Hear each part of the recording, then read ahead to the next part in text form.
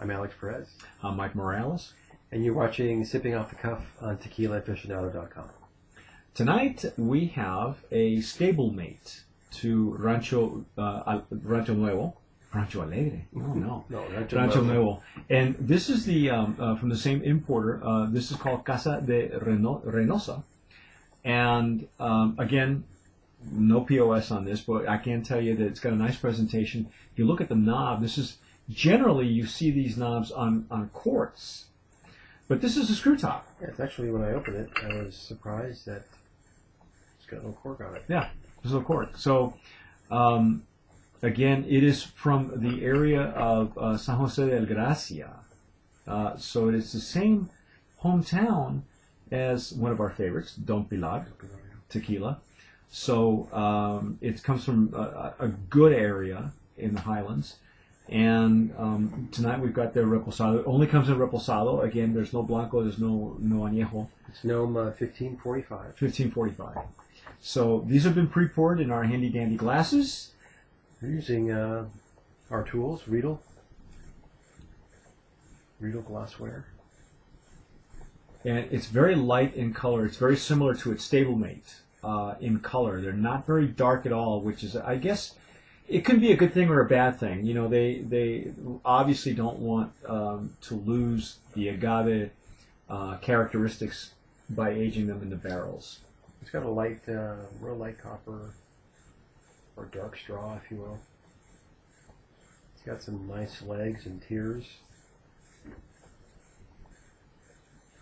On occasion, you'll see us tilt it on one side or the other, just to get a feel for the consistency. Yeah, or the viscosity. The viscosity. That was the word I was looking for. Viscosity. You're saying consistency. Well, it's got a consistent viscosity.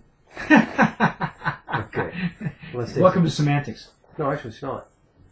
I'm smelling it. It's got a vanilla nose. It does seem to want needs some more airing out. Yeah. Again, these are kept in climate-controlled area here at Tequila Aficionado. But generally, some of these need to be aired out a little bit more. Yeah, it's got some hints of vanilla. That's all I'm getting. A little bit of pepper. There's not much in the nose, actually. It's kind of a weak nose. Well, it's not screaming out at you. No, it's not. It's kind of have to dig for it. Very gentle. I'm gonna let's taste it. Let's taste it. Let's taste it.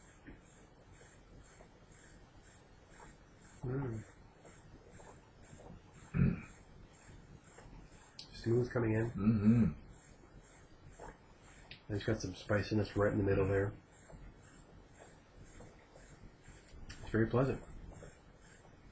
It's very tame. Wouldn't you say? It is. The nose is almost muted. There's nothing. There's no outstanding characteristics like there were with its stablemate with Rancho Alegre. And that's the interesting point is that this is generally the high end of the lines that we have from this importer. You have to remember they're actually from two different places. Right, the terroir is different. different. Two different distilleries. Mm-hmm. But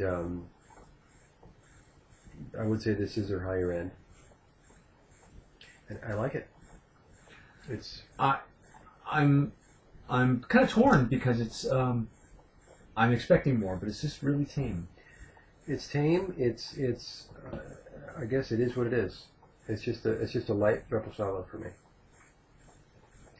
Do you think it would get lost in a cocktail though?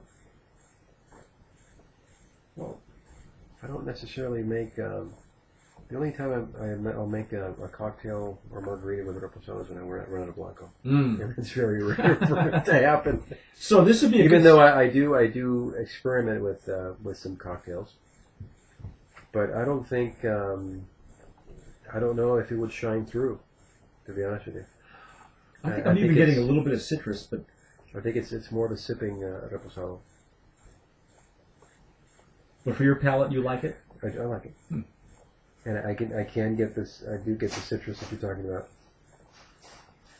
I'm a little disappointed, only because I probably shouldn't do this. I really, again, we should take this. We try to take every tequila on its own merits, but coming from where I know this came from, and having a standard like a Don Pilar, it doesn't. Well, it's not a Don Pilar. It's not a Don Pilar. No, obviously Don Pilar. You can't compare it. I know, but you would think that from the terroir, from that region, that you would get something, a consistency throughout, like you do with Amatitan, for instance. Even though they're different distilleries, the soil, the minerally that exists in Amatitan, but evidently in that area there, it's really up to the grower. And wherever these are being sourced from, wherever they source their agave, doesn't get to that bar that we see with the Don Pilar.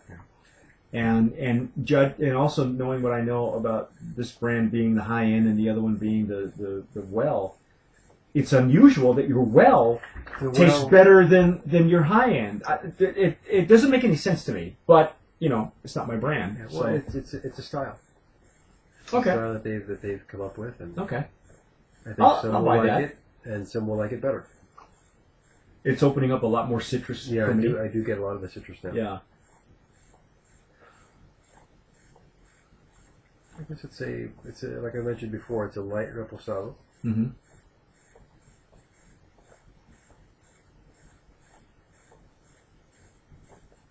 I guess you'll have to buy it and try it for yourself. Mm-hmm. Mm. It's a little bit brighter now that it's opened up a little bit. There's a little bit more of there's a bit more barrel in it. Mm-hmm. It's not as muted as it was at the beginning. And this is what happens. Like we have to let it air out. I guess because we have so many tequilas that we have to try. Sometimes we don't have the opportunity to just open them up and let them air out. Yeah. Like you would, wine usually, if you need to decant it, you let it air out for a little bit. Sometimes even a half hour before you drink it. Well, I know generally that what I do is I'll open it and pour some and let it sit there for at least 20 minutes. Not uncommon that I go back to an hour later.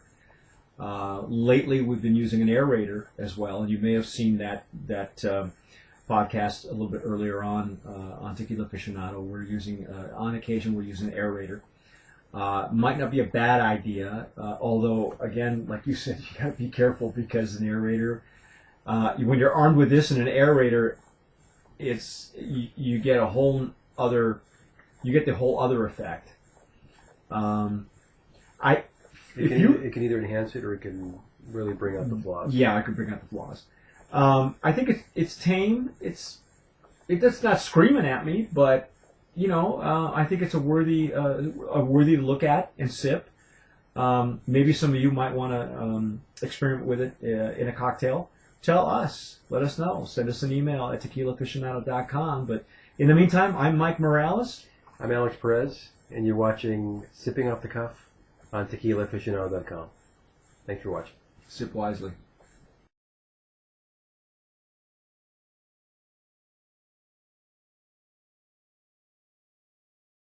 But this is based on physics, ladies and gentlemen. It's not a gimmick. And basically what it does is it shoots air through this little receptacle here that made noise. So what was that noise?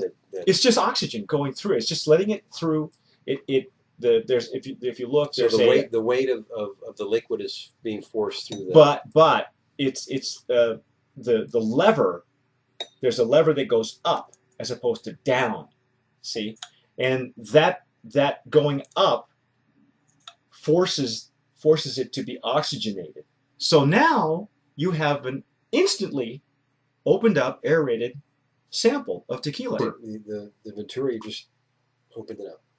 That's what it did. Yep. How about taste? Let's see what we get.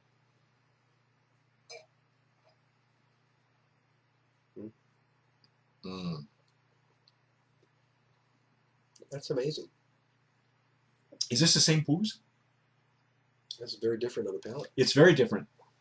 Everything is sharper, in my opinion. What do you think? It is sharper. It's sharper, hotter. You feel the pepper. You feel more of the peppers pop out in your mouth. The more herbaceousness. Now you know that this is a lowlands tequila. Wow.